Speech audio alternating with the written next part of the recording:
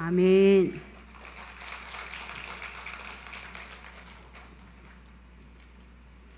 아브라함과 이삭은요, 우물 파는 일을 하였어요. 우물을 판다는 것은 큰 의미가 있는데요. 우물을 파는 것은 마을을 개척하는 거고 삶의 터전을 마련하는 걸로 우물이 없으면 생활을 할 수가 없습니다. 우물은 나그네들에게 생수를 공급해주고 광야길에 지친 사람들하고 가축들에게 목을 축이게 해서 사람을 살게 합니다. 성경에 보면요, 우물가에서 생명을 살리는 일들이 만남의 축복이 많이 일어났습니다. 모세도 십보라를 만난 게 어디냐면 우물가였어요. 야곱도 라헬을 만난 것이 어디냐면 우물가였습니다. 아브라함의 몸짝인 엘리에셀도요, 이삭이 아내를 만나러 갈 때에 리브가를 만난 곳이 어디였을까요? 네, 정답입니다. 우물가였습니다. 아브라함이 육의 아들 이스마엘을 내쫓을 때, 집에서 내쫓을 때 뭐를 주고 내보내냐면 물 가죽 한 부대를 주어주고 내쫓습니다. 그런데 이것은요, 땅의 표피층의 물이에요. 그러니까 갈증을 영영 채워주지를 못합니다. 늘 떨어져서 곤고하게 하는 거죠. 마치 수가성의 여인이 목의 목마름을 해결하고자 물을 길러온 것처럼 그렇게 항상 가란 심령이 됩니다. 이스마엘은 땅의 물을 먹고 땅의 생명으로 살아가는 것이고, 아브라함과 이삭처럼 하나님의 약속의 자손들은요, 반석에서 나오는 샘물과 같은 생수의 말씀을 먹고 살아간다는 것을 여러분 기억하시기 바랍니다. 자, 오늘 말씀에 아브라함에게 어떤 일이 일어났느냐? 자, 아브라함이 살고 있는 이 땅 이곳에 아비멜렉이 왕이었어요. 근데 어느 날 이 아브라함에게 이 아비멜렉이 먼저 찾아오는 거예요. 그리고 뭘 하냐면 먼저 동맹을 맺자 하고 손을 이렇게 쓱 내미는 겁니다. 여러분 생각해 보세요. 아비멜렉은 한 나라의 왕이고요. 아브라함은 그저 한 가문의 리더였습니다. 조그만 가문의 리더가 한 나라를 다스리는 왕에게 와서 얘기를 하는 게 이게 정말 말이 되는 건데, 이 반대로 강한 사람이 먼저 약한 자인 아브라함에게 와서 동맹을 맺자고 하는 거예요. 자, 어떻게 이런 일이 일어날 수 있을까? 22절의 말씀을 주목하시기 바랍니다. 왕이 이렇게 한 이유가 있다는 거예요. 우리 22절 말씀 함께 또박또박하게 읽겠습니다. 시작.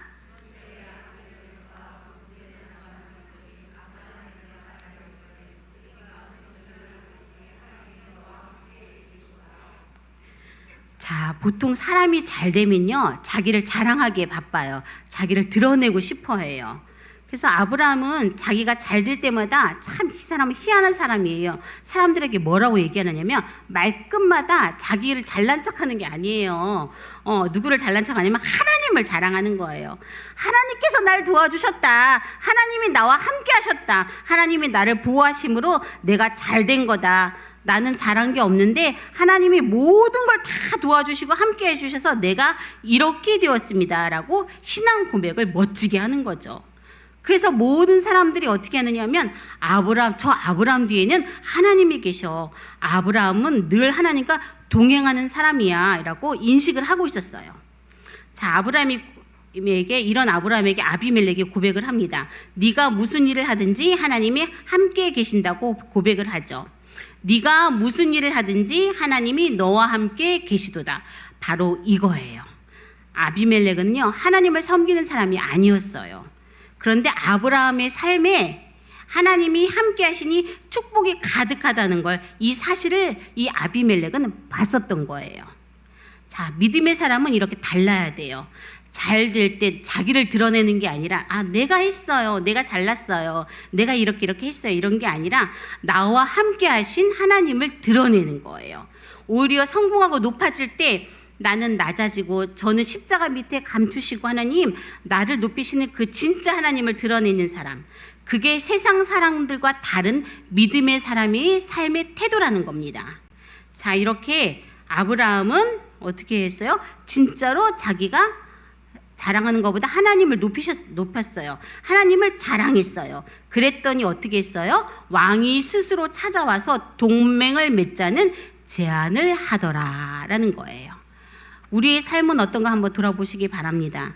내 주변에 믿지 않는 사람들, 내 삶을 보고 나와 함께하는 하나님을 인정하고 있습니까? 예, 모든 사람이 저 사람은 정말 하나님이 함께하는 사람이야, 그런 소리를 듣고 계십니까? 저는 정말 그랬으면 좋겠어요. 예, 주변에 저를 아시는 분들이 딱 저 사람 지나가기만 해도 저 사람은 정말 목사님 같아, 무슨 일을 하는지 모르지만 목사님 같아, 이런 말을 들은 적이 있어요. 정말로. 그때 정말 얼마나 뿌듯했는지 몰라요. 나의 정체성을 알아주는구나. 그렇게 내가 목사라는 걸 드러내고 있구나. 그래서 너무 뿌듯했는데요. 이렇게 만나는 사람마다 정말 복음을 증거하는 말이 내 입에서 하나님을, 예수님을 증거하지 않고는 견딜 수 없는 그 마음이, 구령에 불타는 그 마음이 제 안에 있기를 항상 제가 기도하는 기도 제목이 하나입니다. 자, 사실은요, 우리가 연약함에 낙심하지 않고 하루하루 하나님의 말씀을 붙잡고 살면 하나님께서 우리의 삶에도 아브라함이 들었던 말처럼 믿지 않는 이들이 하나님이 우리 삶에 함께 하시다는 것을 인정하는 날이 오지 않을까, 그런 생각을 해봅니다.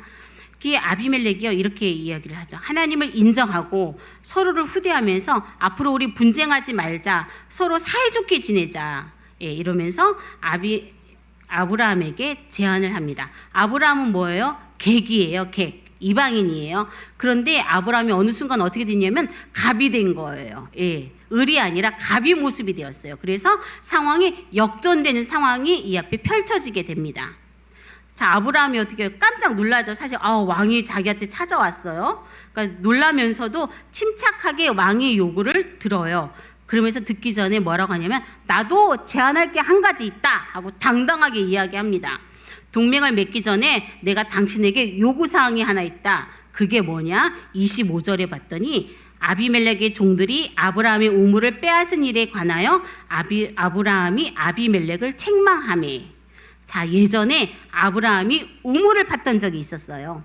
고대 사회에서는 우물 하나를 발견하고 우물을 만드는 게요, 평생에 하는 일 중에 하나거든요.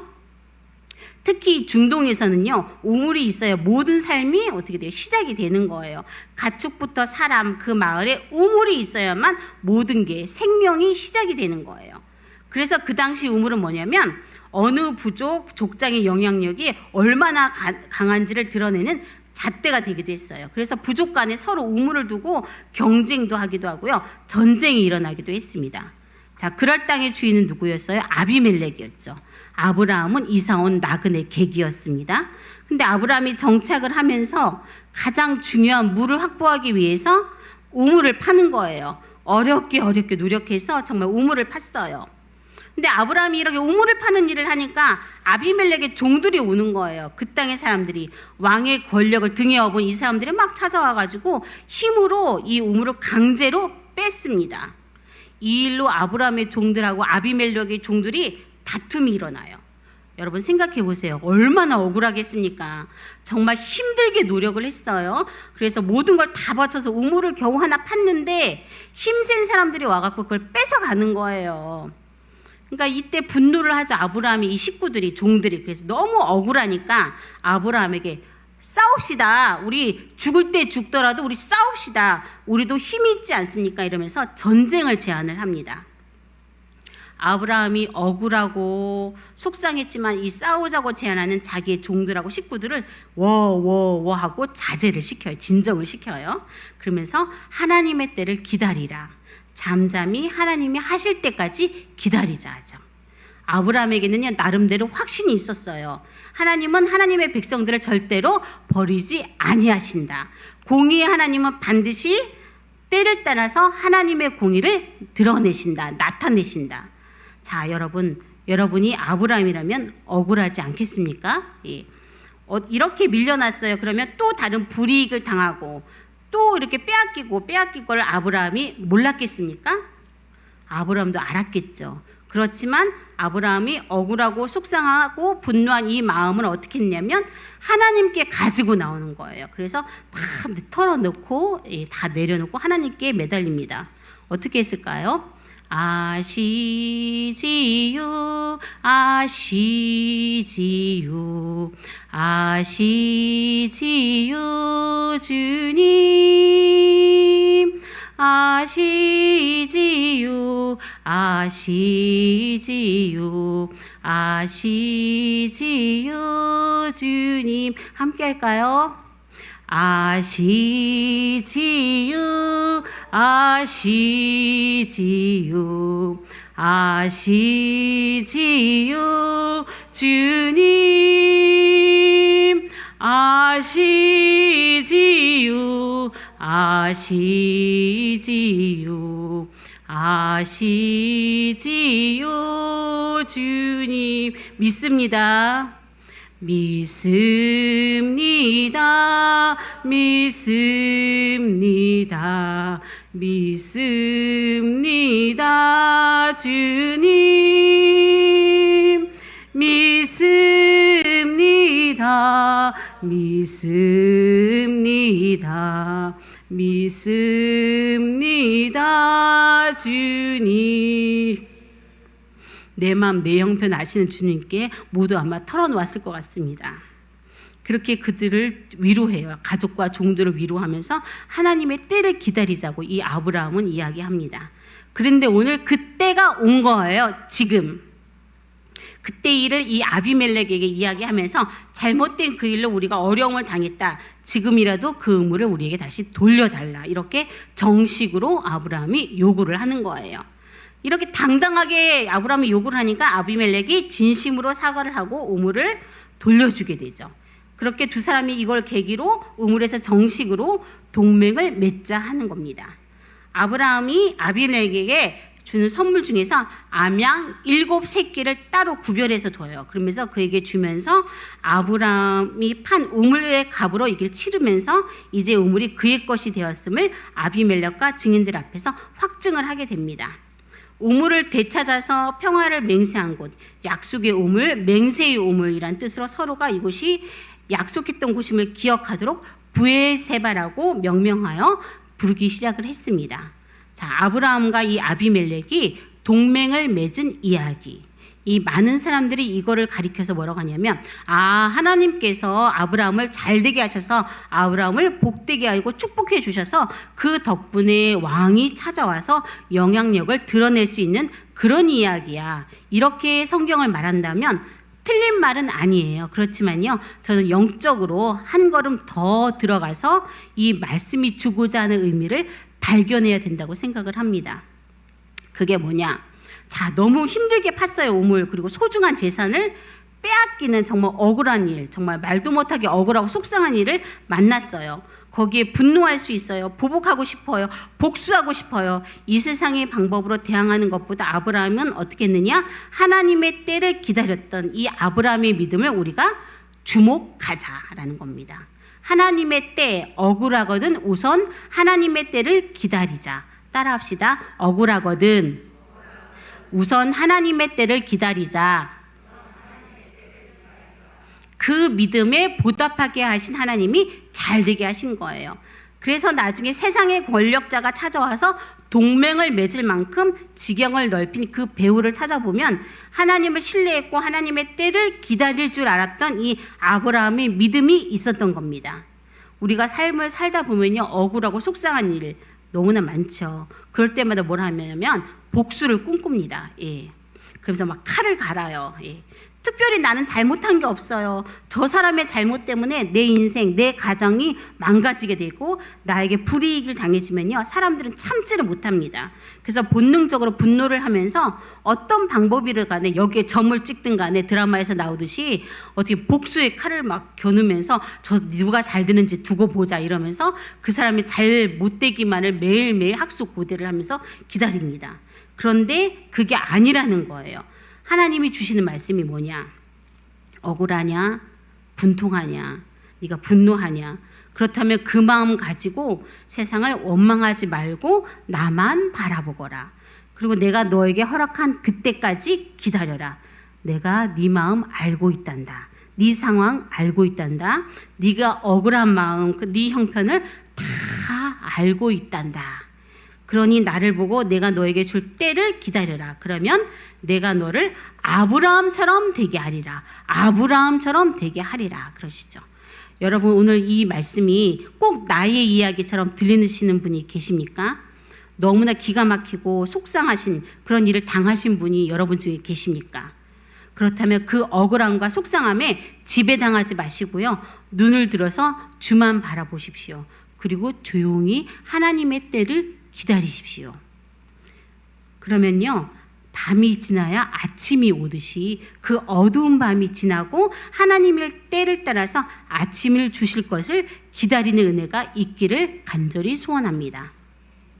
분노하느라고 내가 분명히 복수하고 말 테야 이러면서 내 스케줄 만들고 내 시간표 만들어서 내가 이렇게 살겠습니다, 내가 이렇게 복수하겠다는 그런 생각을요, 잠깐 스탑 멈추시고요. 하나님의 때, 하나님의 스케줄, 하나님의 타임테이블이 있어요. 그것에 나를 맞추시길 바랍니다. 그래야 역전의 기회가 옵니다. 우리 인생에 정말로 억울하면서 기가 막히게 꼬일 때가 많아요. 설상가상으로 엎친 데 덕친 격, 그러면서 억울한 일들, 잘못된 일들이 한꺼번에 올 때가 있습니다. 바로 그때 하나님의 방법으로 대처하면 전화위복의 기회가 올 줄 믿습니다. 반드시 하나님의 공의가 드러나는 역전의 때가 저와 여러분의 삶에 올 줄 믿습니다. 아멘이십니까? 네. 브엘세바에서 언약을 맺고 나서 아비멜렉이 돌아갔어요. 그리고 아브라함은요, 우물 곁에 무슨 나무를 심냐면 에셀 나무를 심어요. 그리고 그곳에서 영원하신 하나님 여호와 하나님의 이름을 불렀어요. 브엘세바에 대한 소유권을 인정받고 하나님께 뭐를 드렸다는 거예요? 감사의 제사, 예배를 드렸다는 거예요. 나그네였던 아브라함이었지만 하나님께서 함께 하심을 통해서 세상 사람들이 그를 두려워하게 하셨고 그를 높이셨고 그가 위기에 빠질 때마다 지켜주신 그 하나님을 아브라함은 예배했다는 겁니다. 그래서 아브라함이 약속의 땅에서 처음으로 땅의 소유권의 인정을 받았어요. 비록 그 땅이 척박해요. 그렇지만 하나님께서 약속하신 땅이며 가장 평화적으로 얻은 땅이기도 하였습니다. 자, 아브라함이요, 내가 내게 지시할 땅으로 가라는 하나님의 부르심에 순종했어요. 그래서 그때 당시에 사람이 살기 좋은, 정말 가장 좋았던 메소포타미아 지역에 가장 좋은 우르를 떠났어요. 그리고 어디로 갔냐면 사람이 살기 좋지 않은 가나안 땅, 가장 안 좋은 브엘세바에 와서 정착을 한 거예요. 가장 좋은 곳에서 가장 뚝 떨어져서 가장 안 좋은 곳으로 간 거죠. 근데 그게 뭐였다면 하나님의 부르심에 순종해서 하나님의 약속을 따라서 이곳에 왔으므로 이 땅이 어떤 땅이 되었다? 가장 복된 땅이 되었다는 겁니다. 그래서 그 에셀 레몬을 심으면서 이 에셀 레몬은요, 생명력이 굉장히 강해요. 그리고 늘 푸르고 아주 10m 이상 자라서 굉장히 키가 큽니다. 그리고 가지와 잎이 넓게 퍼져 있어요. 그래서 풍성한 그늘을 제공을 합니다. 그리고 수분도 잘 흡수해요. 아침이 되면 많은 물방울이 맺힙니다. 아브라함이 자기 집안의 식솔들 그리고 짐승들을 뛰기 때문에 광야의 목마름을 해결하기 위해서, 살려주기 위해서 우물을 팠어요. 아브라함의 집안 사람들이 아브라함이 암양 7마리를 주고 산 그 우물물을 마시고 광야에서 닥치는 그 목마름을 해결하면서 삶을 살게 되었습니다. 그게 아브라함이요, 브엘세바를 지나가는 사람들 또 혹은 자신에게 오는 그 수많은 사람들에게 쉴 만한 그늘을 제공하고 목을 축일 수 있는 쉼을 공간을 만들어주고 생명력 있는 땅으로, 정말 가장 복된 땅으로 그 땅을 이끌어가게 됩니다. 자, 약속의 우물 이 브엘세바를 통해서 우리가 받은 복이 우리 내 삶에만 머무는 것이 아니라 흘러 넘쳐서요, 다른 사람들의 삶에도 쉼과 풍요가 넘치게 하는 사랑으로 넘치는 우리의 삶이 되길, 또 아브라함의 삶을 보면서 하나님이 살아계심을 인정하게 되는 아비멜렉을 통해서 우리의 삶에서도 그러한 증거가 흘러 넘치길, 그리하여 하나님의 말씀에 아멘하는 은총이 아브라함의 복이 흘러 넘쳐서 역전되고 풀어지는 은혜가 우리 모두의 삶에 간절히 넘쳐나기를 간절히 소원합니다.